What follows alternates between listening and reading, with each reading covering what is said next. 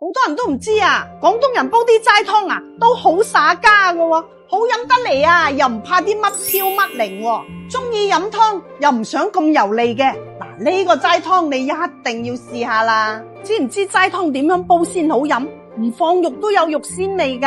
嗱，蓮藕係興㗎噃，搭啲乜嘢先可以和翻佢呢？幫八姑點個讚，慢慢聽啊。嗱，逢初一十五呢，我哋啲師兄啊都會煲齋湯㗎喎，乜雪梨乾齋湯啊、南瓜齋湯啊，都一定會放啲生腰果㗎喎。嗱，佢有豐富嘅堅果油同埋不飽和脂肪酸喎。而家好多人啊都注重飲食㗎喎，又怕啲乜飄啊、乜靈啊咁樣。嗱，生腰果呢，可以代替肉類嚟煲湯㗎噃，一家大細都啱飲㗎。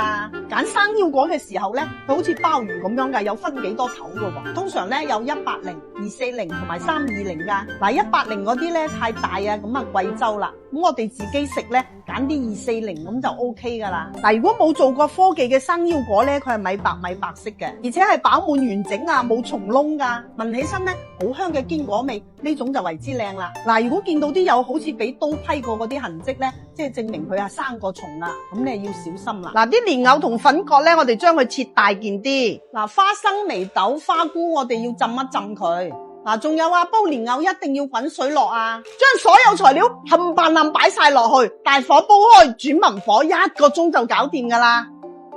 嗱，呢個粉葛蓮藕齋湯就搞掂啦，俾少少鹽落去調味，咁就更加清甜啦。嗱，因為放咗生腰果落去，唔放肉都有肉味噶，仲有好香嘅藕味啊，啖湯啊起晒沙，好正啊，係咪咧？